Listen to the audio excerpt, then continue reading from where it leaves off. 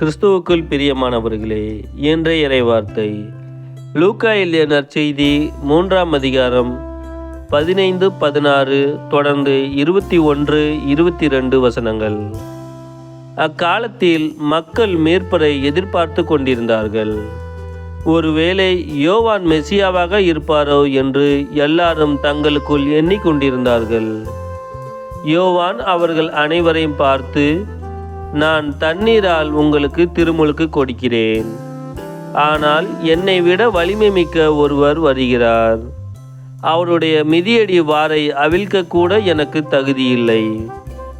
அவர் தூய ஆவி என்னும் நெருப்பால் உங்களுக்கு திருமுழுக்கு கொடுப்பார். மக்கள் எல்லாரும் திருமுழுக்கு பெறும் வேளையில் இயேசுவும் திருமுழுக்கு பெற்று இறைவனிடம் வேண்டிக் கொண்டிருந்த போது வானம் திறந்தது. தூய ஆவி புறா வடிவில் தோன்றி அவர் மீது இறங்கியது. அப்பொழுது, என் அன்பார்ந்த மகன் நீயே, உன் பொருட்டு நான் பூரிப்படைகிறேன் என்று வானத்திலிருந்து ஒரு குரல் ஒலித்தது.